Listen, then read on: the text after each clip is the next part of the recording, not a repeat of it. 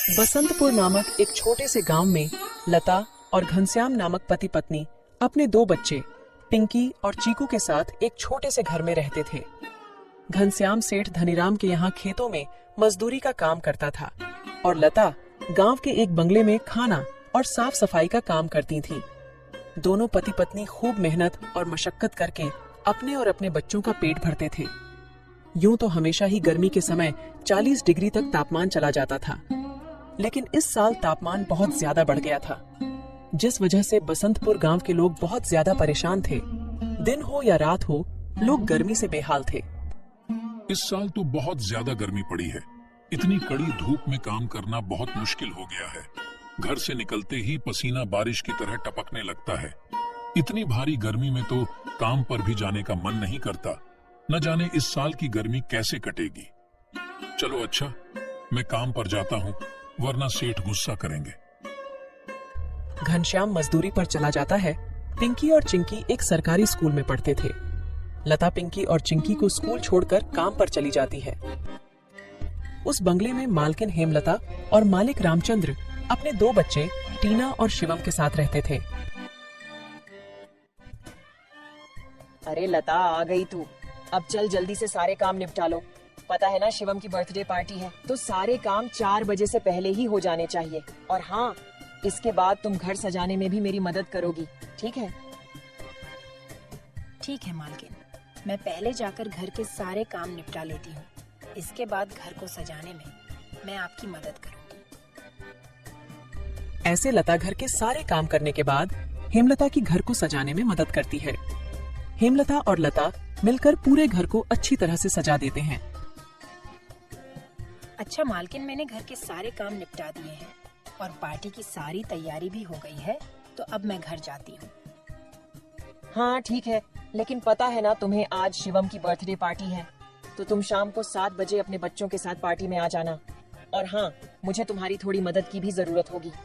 ठीक है मालकिन, मैं शाम के समय बच्चों के साथ यहाँ आ जाऊंगी। ऐसा कहकर लता घर चली जाती है और दोनों बच्चों को तैयार करके शाम को 7 बजे पार्टी में आ जाती है। पार्टी बहुत ही शानदार होती है। लता के बच्चे इतना बड़ा घर देखकर कहते हैं, अरे यार चिंकी, यह घर कितना बड़ा है और कितना सुंदर है। बाहर कितनी गर्मी है, फिर भी इनके घर के अंदर कितना ठंड लग रहा है। पिंकी और चिंकी की बातें शिवम सुन लेता है और वह उनसे कहता है, अरे ये घर ठंडा इसलिए लग रहा है क्योंकि हमारे घर में हर कमरे में एसी लगा हुआ है। ओह, मतलब कि एसी लगाने से घर बहुत ठंडा हो जाता है। दीदी, हम भी अपने पिताजी को अपने घर में एसी लगाने के लिए बोलते हैं ना, हमारे घर में भी बहुत ठंडा लगेगा। चलो बच्चों, इधर आओ, केक काटने का टाइम हो गया है। जब केक काटने लगता है तो पिंकी और चिंकी एसी की ठंडी ठंडी हवा खाते खाते शिवम के कमरे की तरफ चले जाते हैं और शिवम के कमरे के बाहर खड़े होकर एसी की ठंडी ठंडी हवा का मजा लेने लगते हैं।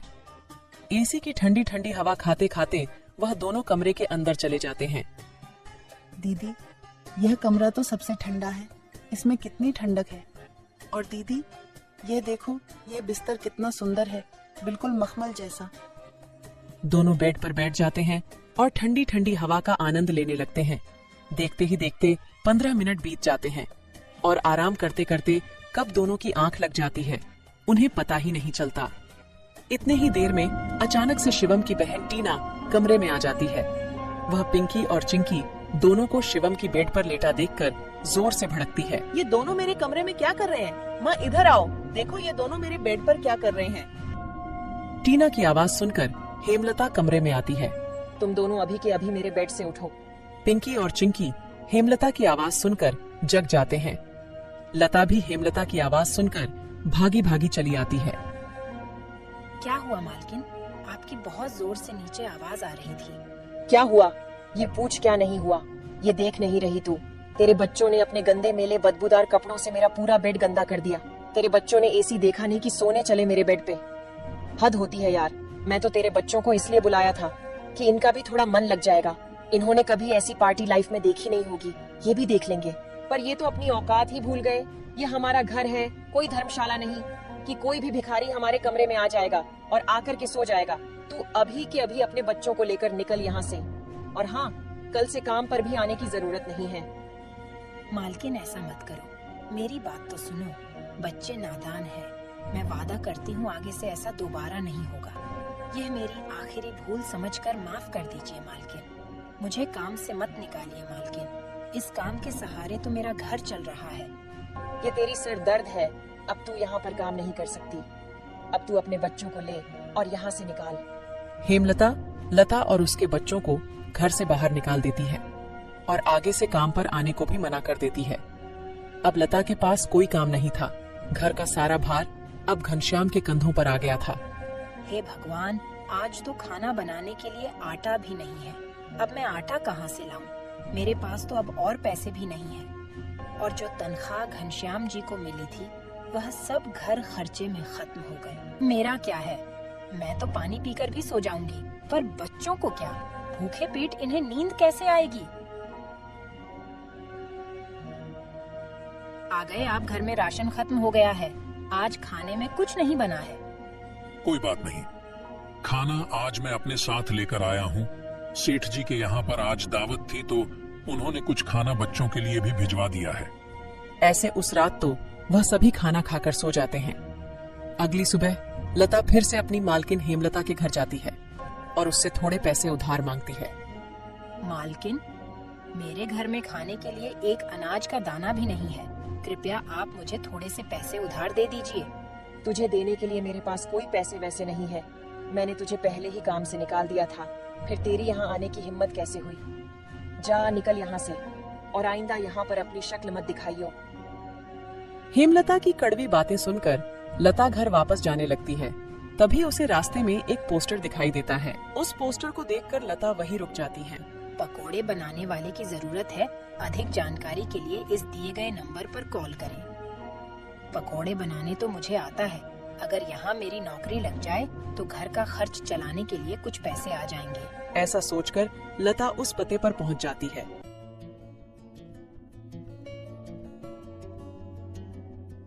भैया, मैंने आपका पोस्टर देखा। आपको किसी पकोड़े बनाने वाले की जरूरत है? हाँ, जरूर तो है। तुम पकोड़ा बना लोगी। क्या तुम्हें पकोड़े बनाने आते हैं? हाँ, सब मुझे कई तरह के पकोड़े बनाने आते हैं, जैसे मिर्च का पकोड़ा, पालक का पकोड़ा, पनीर का पकोड़ा और भी कई प्रकार के पकोड़े मुझे बनाने आते हैं। तो ठीक है, तुम आज से ही काम पर लग सकती हो। ऐसे लता पकोड़े बनाने वाले के साथ काम पर लग जाती है और ग्राहकों को पकोड़े सर्व करने लगती है। ऐसे ही शाम हो जाती है और रमेश के सारे पकोड़े बिक जाते हैं।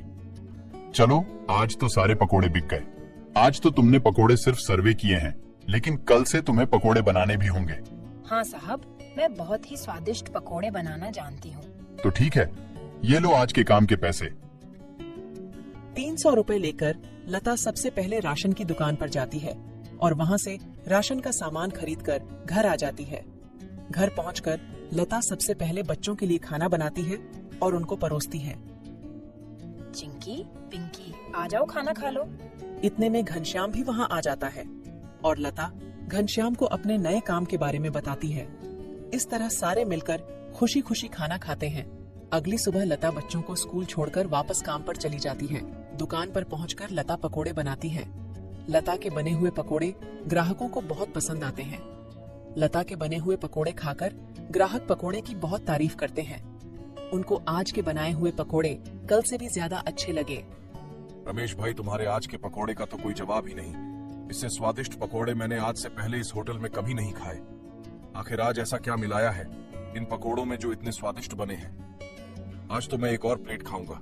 मेरे लिए एक एक्स्ट्रा प्लेट पकोड़े लगा दो। ऐसे रमेश अपने ग्राहकों के मुंह से पकोड़े की तारीफ को सुनकर लता से कहता है, लता, तुम्हारे हाथ में तो जादू है। तुम्हारे हाथों के बने पकोड़े खाकर ग्राहक एक एक एक्स्ट्रा प्लेट पकोड़े खा रहे हैं। तुमने तो कमाल ही कर दिया। आखिर ऐसा क्या मिलाया है इन पकोड़े में जो ग्राहक इतनी तारीफ कर रहे हैं? साहब जी, कुछ खास नहीं मिलाया है, बस थोड़े से नमक मिर्च मसाले बराबर मात्रा में डाले हैं, बस। ऐसे रमेश के आज के पकोड़े बहुत जल्द ही खत्म हो जाते हैं।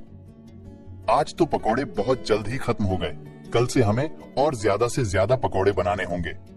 और हाँ, अब हमारी पकोड़ों की सेल और ज्यादा अच्छी होने लगी है, इसलिए कल मैं दुकान में एसी लगवा रहा हूँ। इससे ग्राहक भी एसी की ठंडी ठंडी हवा में पकोड़ों का मजा लेंगे और हमारे पकोड़े की सेल और ज्यादा बढ़ेगी। तुम क्या कहती हो? साहब, विचार तो बहुत अच्छा है। अगले दिन रमेश अपनी दुकान में एसी लगवा लेता है और जैसा उसने सोचा था वैसा ही हुआ। एसी लगने के बाद रमेश की दुकान पर ग्राहकों की संख्या बढ़ जाती है। ग्राहक ठंडी ठंडी हवा में बैठकर पकोड़े खाने का आनंद उठाते हैं।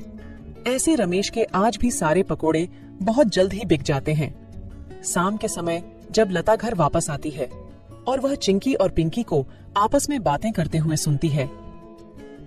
दीदी, उस दिन पार्टी में कितना मजा आ रहा था ना। कहाँ हम उस दिन एसी की ठंडी ठंडी हवा खा रहे थे और कहाँ आज हम इतनी गर्मी में बैठे हैं। काश हमारे घर में भी एसी होती तो हम भी अभी एसी की ठंडी ठंडी हवा खा रहे होते। इतने में लता अंदर आ जाती है। अरे चिंकी और पिंकी, तुम दोनों क्या कर रहे हो? तुम दोनों ने अपने स्कूल का होमवर्क किया? चलो जल्दी से अपना अपना होमवर्क कर लो। मैं खाना बनाने जा रही हूँ। इसके बाद खाना खाकर जल्दी सो जाना। कल तुम्हें सुबह उठकर स्कूल भी तो जाना है ना। ठीक है माँ, हम स्कूल का काम करके आते हैं। ऐसे दिन बीतते जाते हैं और लता के हालात पहले से ठीक होते जाते हैं। ऐसे ही एक दिन सुबह लता काम पर जा रही होती है, तभी उसे भंगार की एक दुकान दिखती है। उसे दुकान पर कई सारे सामान थे, जैसे कूलर, पंखा, फ्रिज, एसी इत्यादि। लता का ध्यान उस दुकान में रखे पुराने एसी की तरफ जाता है। वह उसे बहुत पसंद आता है। वह उस दुकानदार से बोलती है, भैया, ये एसी का क्या दाम है? मात्र 10,000 रुपए की है। 10,000? ये तो बहुत ज्यादा है। ज्यादा नहीं, ये तो बहुत कम है। ये सेकंड हैंड एसी है। अगर नई एसी खरीदने जाओगी तो 30,000 से कम की नहीं आएगी। अच्छा ठीक है, पर ये सही से तो चलती है ना? हाँ, बिल्कुल सही से चलती है। अगर 6 महीने से पहले ये एसी बंद हो जाती है तो इसकी सारी रिपेयरिंग की सर्विस बिल्कुल फ्री होगी। ठीक है, लेकिन इसका सही सही दाम लगाओ। मैं इसके 8,000 दूंगी। अगर तुम्हें देनी है तो मुझे ये ऐसी 8,000 में दे दो। ठीक है, बताओ कहाँ लगानी है। लता उस आदमी को अपने घर लेकर आती है। वह आदमी लता के घर पहुंचकर एसी को लगा देता है। एसी चालू करते ही ठंडी ठंडी हवा घर में फैलने लगती है। बच्चे भी इस ठंडी ठंडी हवा का मजा उठाते हैं। वह दीदी, क्या मजा आ रहा है। एसी की ठंडी ठंडी हवा, ऐसा लग रहा है जैसे बर्फ की चादर ओढ़ ली है हमने। इतनी कड़ी गर्मी में ये ठंडी ठंडी हवा बर्फ की चादर जैसी लग रही है। घर में एसी के लगते ही बच्चे बहुत खुश हो जाते हैं। घनश्याम भी घर पर आ जाता है। ओह, आखिर तुमने बच्चों की इच्छा पूरी कर ही दी। कैसे ना करती भला। बच्चे तो आखिर मेरी जान है। इनसे बढ़कर मेरे लिए कुछ भी नहीं। एसी लग जाने की वजह से बच्चे बहुत खुश होते हैं और लता की कमाई भी अच्छी होने लगती है। लता के बने हुए पकौड़ों की वजह से रमेश के दुकान पर ग्राहकों की भीड़ लगी रहती थी। इससे रमेश खुश होकर लता की तनख्वाह बढ़ा देता है। थोड़े दिन बाद घनश्याम भी सेठ धनीराम के यहाँ मजदूरी छोड़कर लता के साथ पकोड़े बनाने लगता है। दोनों को रमेश काफी अच्छी सैलरी देता था, जिससे उनका घर खर्च काफी आसानी से चल जाता था। बच्चे पूरी गर्मी ऐसी की ठंडी ठंडी हवा में गुजरते हैं और इस तरह वह लोग अपना जीवन खुशी खुशी जीने लगते हैं।